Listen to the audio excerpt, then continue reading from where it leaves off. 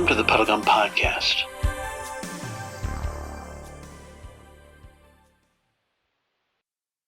Hey, welcome to the Puddlegum podcast. This is Flick, and we're talking with a band called Talkie from San Francisco. Chris and Eric. Hello, listeners in the world. Yeah, so tell me about Talkie. I saw that I've seen that you started in 2014, 2015-ish, and been working on. Yeah, so we were all in previous bands before, and we had done a tour together, like a U.S. tour. So we spent a little over a month. We played about 40 shows, and during that month, our two bands kind of bonded, and we decided that when the time was right, that we were going to form our super band. And shortly thereafter, we both left our respective bands at the time, and we formed the super band that is Talkie, in 3 albums, and I don't know. I did the rough sort of back of the napkin math the other day. I think we're at 84 songs. Wow. Chris, is that right? Just about. We're slowly creeping towards 100. Yeah. So, it's been kind of wild, but man, I feel like we have more momentum now than we did back then, which is great. That's great. Yeah, I saw you guys were added to Fresh Finds. Yeah, we've been lucky to get a bunch of grabs, and we're just, we're kind of, it would be easy to just sort of be destroyed by everything going on in the world, but we've maintained productivity via, Dropbox and shared Pro Tools sessions. And so while things have sort of slowed down around us, we've been taking advantage of it and really just writing and recording kind of constantly. Yeah. If anything, I'd say our recording has become even more productive because we're not playing shows or anything right now. And we actually haven't jammed together. We've been doing everything remotely during this pandemic. Oh, man. Yeah, I was wondering if the new material had been recorded prior to the quarantine and all of that, or if you guys were recording remotely. So some of it had bits that had been recorded, but for the most part, we all have our own home studios, so we're kind of sending things back and forth and recording. Yeah, Love Me Baby was one that just came out, and we had started it, like Chris said, in sort of our main studio, and then now that we've been unable to meet there, we were able to finish it remotely, and then we sent it off to Bo Sorensen, who mixed it remotely, and then we sent it off to mastering remotely, and technology. Yeah, it's it's amazing how it's helping us. How cheap it's become to get into recording. Inexpensive. Oh yeah, at least getting the basic setup. We started back on like a Digio 2 with like Pro Tools 8, and at the time that was kind of expensive, but now you can get Logic free, or Chris and I are both educators, so we get like Pro Tools educator discounts.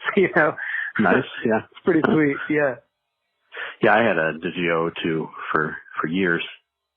Love the interface of it, Oh yeah, we did our first album, Oblast, actually, and our second album were almost entirely recorded on a Digio 2 Command 8 with like the built-in preamps and everything, and that thing was a workhorse for us. Not sponsored by them, but yeah, they did us a solid back then. Yeah, it was a great unit. I think I had Focusrite preamps, I believe. Also great. We've got some of those. Yeah, I'm looking right at a Focusrite right now in my apartment. Awesome. Yeah. Nice. Is there any, when you guys are recording in your main studio, like who tends to be the main engineer, if you have one? It kind of, we all kind of take turns. I think I probably do a lot of the engineering, like setting up the mics and recording things, and then it ends up one of our other members, Brad, does a lot of the mixing. And then Chris and Matt, they also have their own studio set up. So they engineer things as well. But I don't know. What do you think, Chris? I feel like I'm generally sitting at that computer, but I don't know. Yeah, I'd say that Eric and Brad do the majority of the mixing and producing. All four of us definitely are really involved in the process to different degrees with each song. But yeah, I'd say it usually lands more on Eric and Brad doing more of the grunt work. But yeah, we're all very hands-on and involved, and it's been a great setup where we can, because we're not paying for studio space or anything, we can just keep churning stuff out together. Yeah, for better or for worse sometimes. When you're like 2 a.m, you're like, oh my God, it's fine. Just like leave it there. You don't need to EQ it anymore. Just go home. Final mix 28. Yep, exactly. .wave, .final, .real final, .final, final. Oh yeah, our Dropbox is pretty funny with how many versions of each song we end up having. Yeah, no, I understand that. Yeah, you released "Love Me Baby" recently. 2 weeks ago, I think, with the video. Yeah, it's a great song. I really like it. No, thank you. Yeah, I saw that is it like part of a series of songs coming out? Yeah, so we've done now 3 sort of full-length albums, which require kind of the deep dive, like isolation in the mountains, bring the studio gear, and you come out with like an unmixed album. And just the nature, the way we're doing things right now, that's just not a feasible option. And so we thought, let's just write as many songs as possible, and then the ones that really catch our attention the most, like let's just do one at a time. And so this is the first of many, the second one coming out probably within the next 2 months, and just gonna keep that momentum and just record and write and release over and over again until we're inspired to do the deep dive again. Yeah, that's taking one at a time is it's really, you can really hone in on a song, like just really focus on the different layers, more, I think, than when you're trying to record a bunch of songs, at once. I don't know if you found that or not. Oh, definitely. Yeah, we can, as we say, rake it through the coals more as well. Yeah. And sometimes it's hard to know when to stop, when you're trying. Oh yeah, it can go infinitely. Yeah. But so that's kind of the format we're doing. And yeah, as Eric was saying, we're waiting for when one of us suddenly gets an idea for an album, and we're all really vibing that, then we'll totally make another like full album. But right now, we're enjoying just working on songs one at a time. Yeah, and especially since we do everything ourselves, it makes it a lot easier to manage one song, in the box and Pro Tools instead of like you've got 18 sessions open and you're like, okay, well we've got the acoustics or they're set up for recording and like let's hit like the 3 songs that we need to do it on, and it's so much like it makes it way easier for us, our time economy, like. All right, let's put this song on ice and let's do that one, and just not really worrying about it. And then, we've always sort of done albums, and we've never really done this, and it's allowing us to really experiment in ways because it feels in ways less committed. And it's like, all right, we don't have to commit to like an aesthetic or a sound or a vibe for a full album. We can kind of go wherever we want each song to go. And we don't really have to rein it in for like a common palette or anything, So that's been interesting for us to explore, new sounds for us and things that maybe we wouldn't otherwise do if we were trying to make it all, work together. We can kind of take some liberties that maybe we haven't taken before. Absolutely. And we already, all 4 of us are songwriters in the band, and all 4 of us have really eclectic tastes. So this has been really, really fun, as Eric was saying. for us to get to explore a lot of different sounds and ideas without feeling locked in.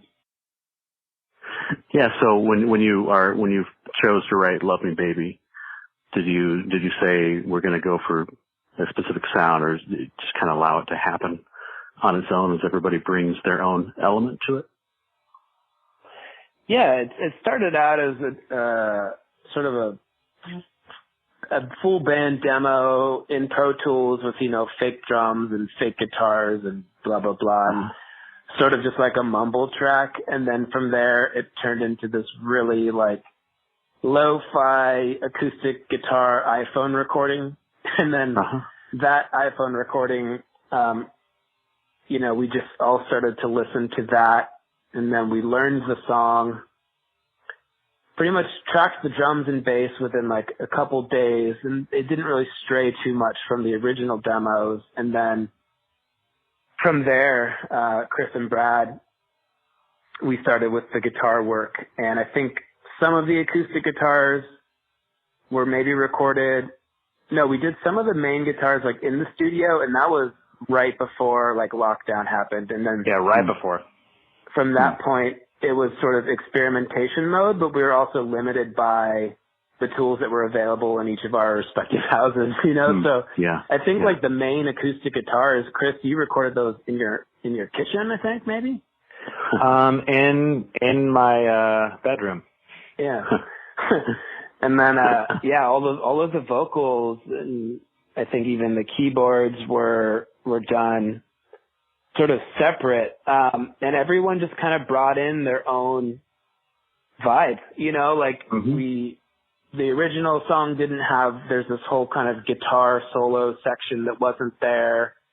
So the song evolved, I think, because of the way we were doing things, being all separated and sort of being forced to really articulate what we meant by certain things instead of like, oh, what about this vibe? We really had to like, no, what if you played it this way? And you didn't have the ability to like do it together. And then the song continued to evolve when it went to mix with Bo Sorensen, who just added this sort of new, nice element and flow to the song. And it really benefited from sort of that hands-on mixing approach that Bo brought in. But it was very collaborative. Natalie Nichols contributed some background vocals to the song. And we had additional engineering by Corey Martin, and just kind of a team effort, which is fun for us for sure. Yeah, that's great, man. It's so good. I love that approach when I'm working with bands. You can get really really clean sounding, recording, and have a lot of control over all the different elements. It was fun for us as the ones who typically mix to sort of relinquish some of that control over to someone. And it was like, hey, you do whatever you think you should do. And that was a first for us, having mixed all of our albums previously. Do you have any more songs that you've started, or? Absolutely. We have one that was also mixed by Bo, that Eric mentioned earlier, but it's probably going to be coming out, I'd say 2 months at the latest, probably, maybe mid-March, early April. But that's another one that we have been, working on for a while and really collaborating. And that one, I'd say, has gone through crazy amount of changes. You heard the original voice memo idea to what it is now. It's like a completely different song. But yeah, we're really excited about that one as well. We're kind of on track right now. I think that if we're sticking to it, there'll probably be, a new song every 2 months or so. Yeah. Seems like a good pace, as far as like being able to get coverage and, support and that sort of thing. Yeah. And it's a manageable timeline for us to get things done. It's like, oh, we need to come up with an album cover. Oh, we need to do this. Oh, we need to do that. And it's like, sort of limiting ourselves to 8 weeks. It sort of gives us a little bit of fire under our butts that maybe we wouldn't have otherwise. With, unlimited studio time, it's like, well, an album or a single could take years if it's unlimited. So We keep telling people publicly, like every 2 months, but it may just be for us more than anything to stay motivated.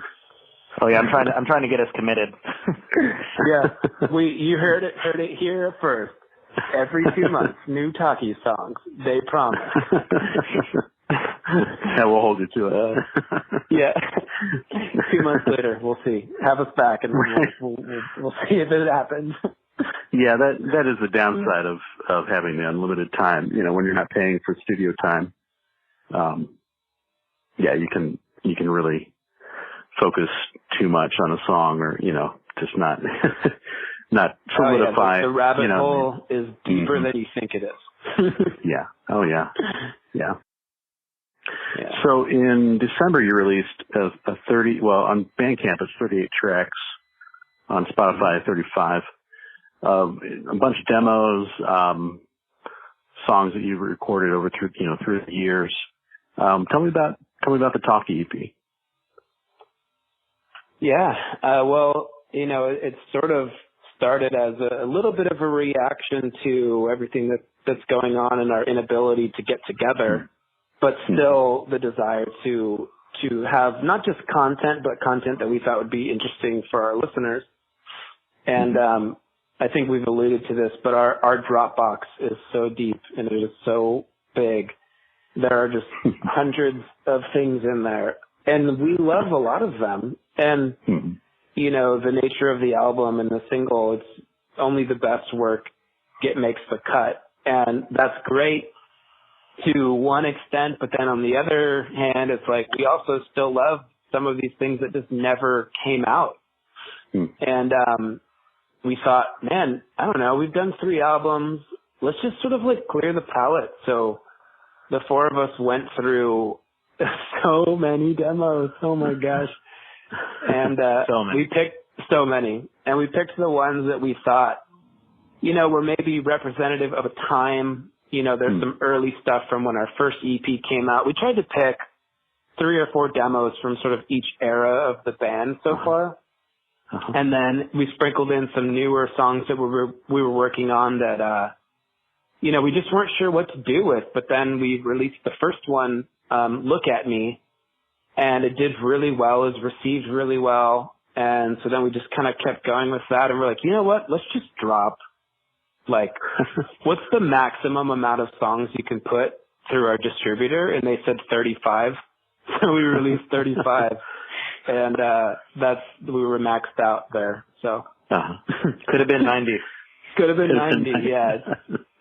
It's just the Dropbox deep dive, man. It's fun and it's wild, and maybe some of it's good and maybe it's not, but we sure as hell had fun putting it together. Yeah. Oh, I'm sure. Absolutely. Yeah. There's definitely some joke tracks on there. Oh heck yeah. Yeah. I got to keep it fresh, keep them on their toes. So right now, I think you're, releasing independently, correct? Yeah. Yep. How is that? Do you feel, freedom to put music out? When you're working independently. Yeah. Because you've worked with labels before. Yeah, our band has been on labels. Our previous bands were on labels, and there are benefits for sure. But one thing that we've really been able to do is release whatever we want, whenever we want. Mm-hmm. And, because we have our own studio, we don't have to rely on a studio budget to come in and sort of direct, who we work with. Or there's fewer people involved in the decision making. So we have a very close knit sort of network, which is really nice, as artists, to not have any limitations and to not worry about, is this person going to like it, or is this person going to back it?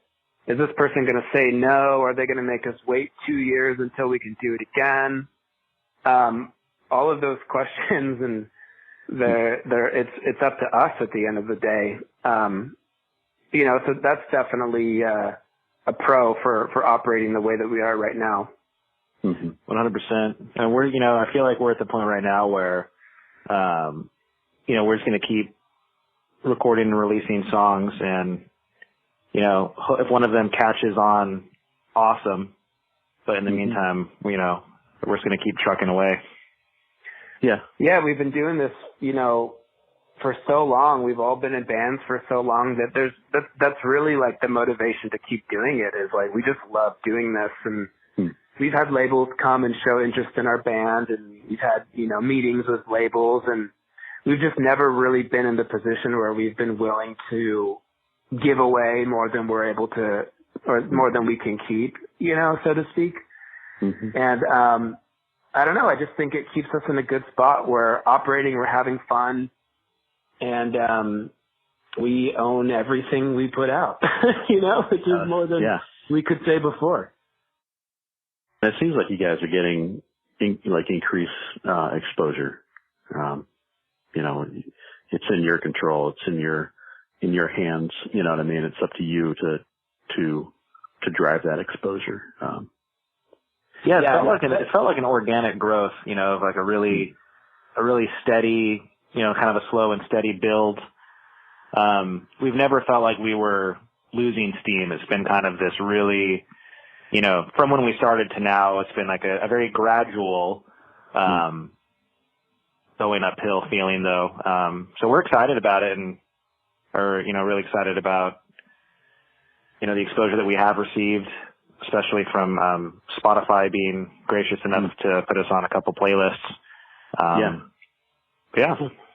Yeah, and that is another thing about being independent, is you don't have this like crazy networked person going out on your behalf everywhere. So bands like us, we really rely on blogs like you guys and other ones that have sort of been like repping us, continually, instead of like, oh, cool, we got this premiere over here, and like no one there actually cares about our band. They just did it because they owed someone a favor. Versus like, what you've been doing, you've been like supporting us and you're having us on, and that's really where like our growth has happened, and what I think is going to help us, continue to do this for as long as we want to. So shout out to you. Thank you. Yes, thank you. Yeah, definitely. You guys have all kinds of different influences. You mentioned all the band members have, listened to different music and bring those influences in. What are some of your influences? Yeah. That's a tough question. I think, well, for me, foundational, road trips with the family, it was the greatest hits of, all the sort of great bands. But the one that I think for me that is, unshakable is just the Beatles, man. My whole life, their entire discography was played like in my parents' cars. And so those songs were just kind of like laid the groundwork and foundation for songwriting and like melodies and learning how to sing and do harmony and anything like the Baby's greatest hits, Eagles' greatest hits, the Queen's greatest hits, Foreigner's greatest hits, in sort of those early years before I developed my own tastes. But they definitely like rubbed off on me now. Mm-hmm. Yeah, I mean, you can't beat that foundation. It's so critical, I think, to writing just really good, just strong songs, Totally. Yeah. And just having, when you listen to the stuff, like, okay, obviously the Beatles, it's like just their ability to bounce from one sound to the next. That's something we've always been interested in as a band. And, they, their ability to do that and still somehow like make it them, that's something that we strive for. From album to album, I like to think that we've evolved and sometimes in a way that was maybe like alienating to a fan who really loved this sound, and then suddenly we put out this like really like wild double album. Like our first EP was kind of like grunge rock, and then we put on like we threw all the guitars away and picked up acoustics and like got real hazy, and like some people were mad and some people were like, this is sick. And then we put out like like a disco funky song after that, and then back to grunge rock. And I don't know, it makes it more fun for us to just change and change. Yeah.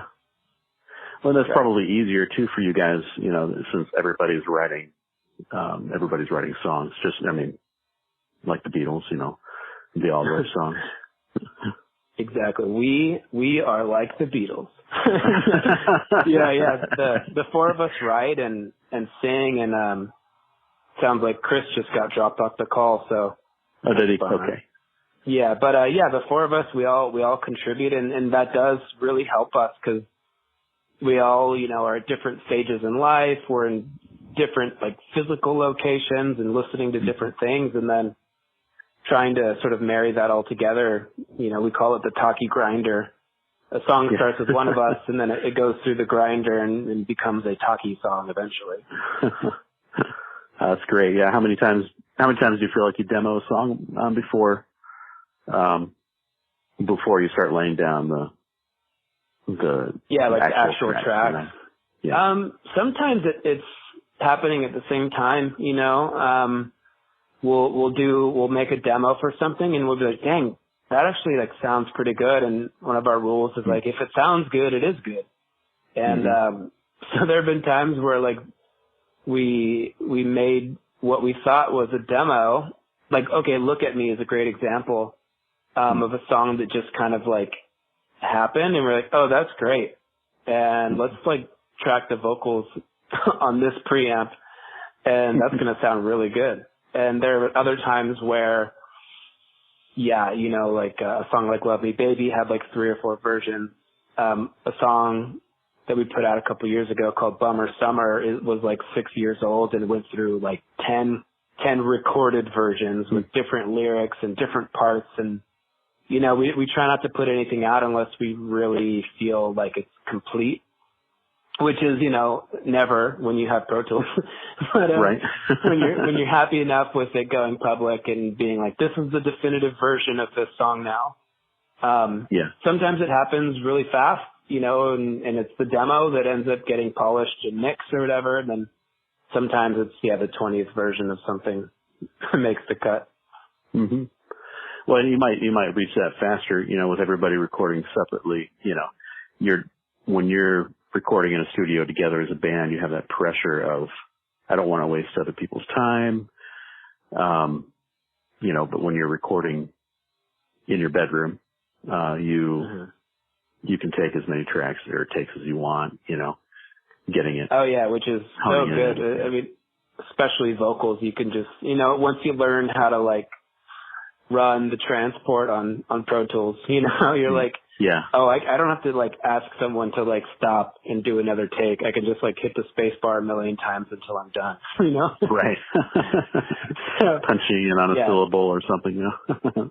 Exactly. Yeah. And you can set a click track and sing the one line like 10 times in a row and comp the best one or something, you know? Mm-hmm. Getting real inside Pro Tools here right now. Yeah. Oh man. No, I mean, I can talk about that kind of stuff all day, you know, so. Oh yeah, absolutely. Yeah.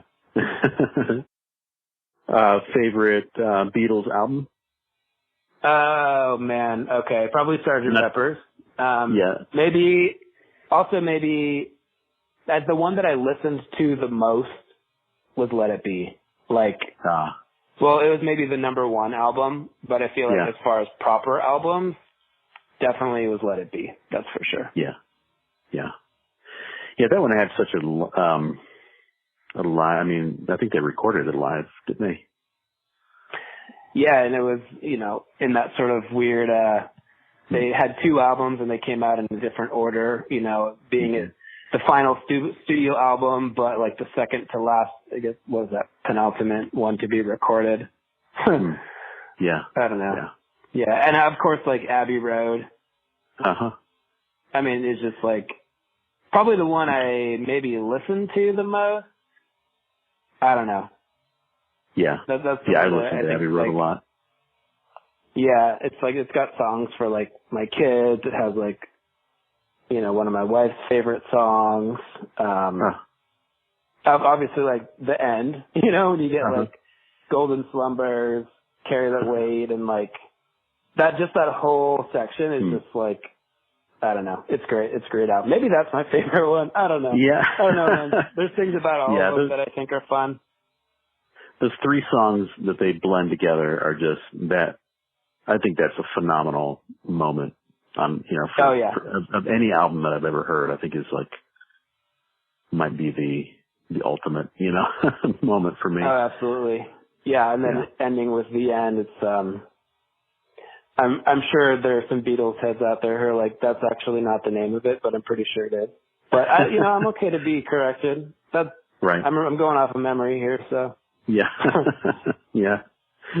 Man, I didn't mean to turn this into a Beatles, interview. You know what I mean? That'll be on the long form phone call we could do. We could break down Beatles front to back. Yeah, yeah. I can do the same with Bob Dylan.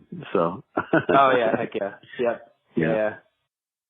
You said Bo mixed this last song. Mm-hmm, yeah, Bo Sorensen, he's out of Oakland. He mixed this song, Love Me Baby, and he mixed the next one that's going to come out soon. And, we have plans to continue to work with him. It's been a great relationship. We found him through, he works at a studio called Tiny Telephone in San Francisco, and he's worked out of a number of studios. He's worked on a number of records that we like. And one day, we played this show in San Francisco at this venue called Bottom of the Hill with a band called Someone Still Loves You, Boris Yeltsin. And then from, tweeting back and forth with them, we discovered Bo, or at least I did. And then, we sort of followed each other for a few years from the Talkie Twitter and his account.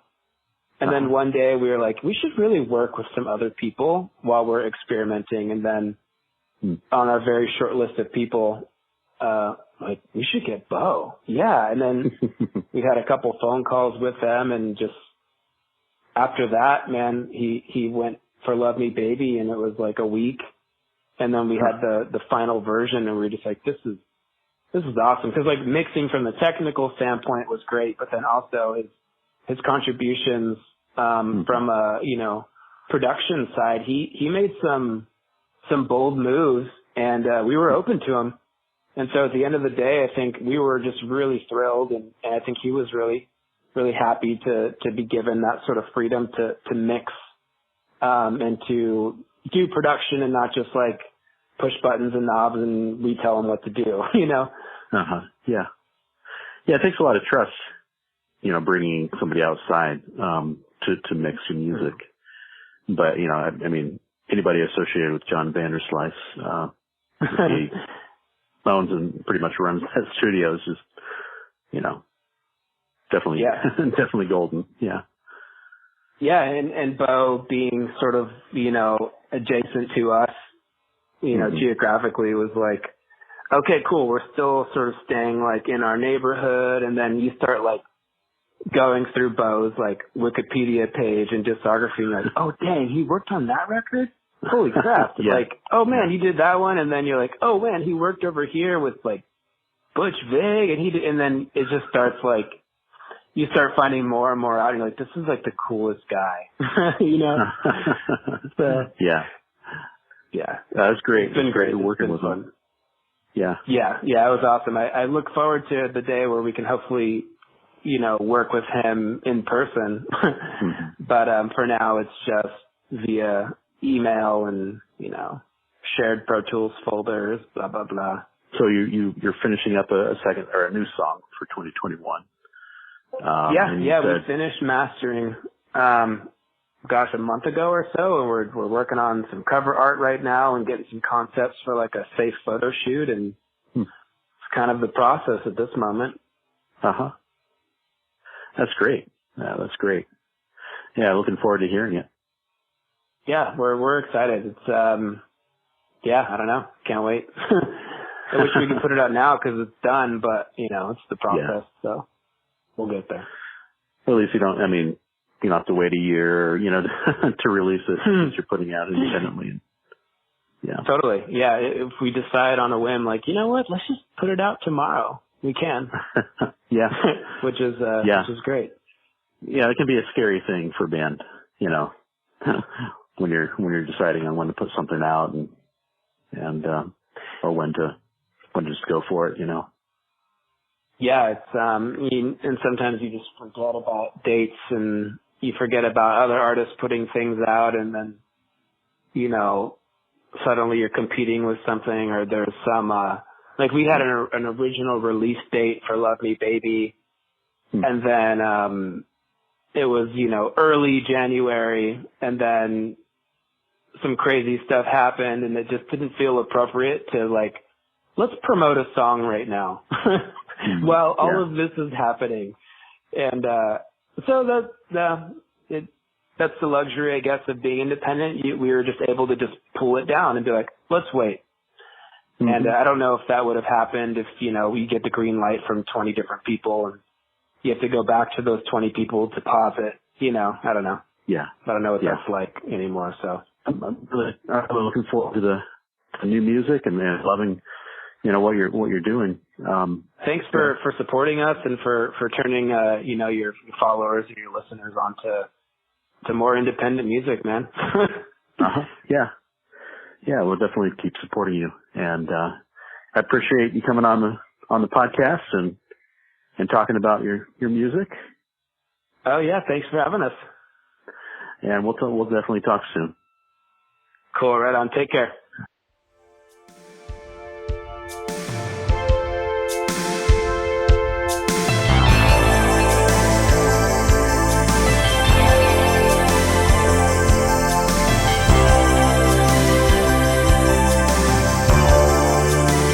If you'd like to learn more about Puddlegum, visit us at Puddlegum.blog.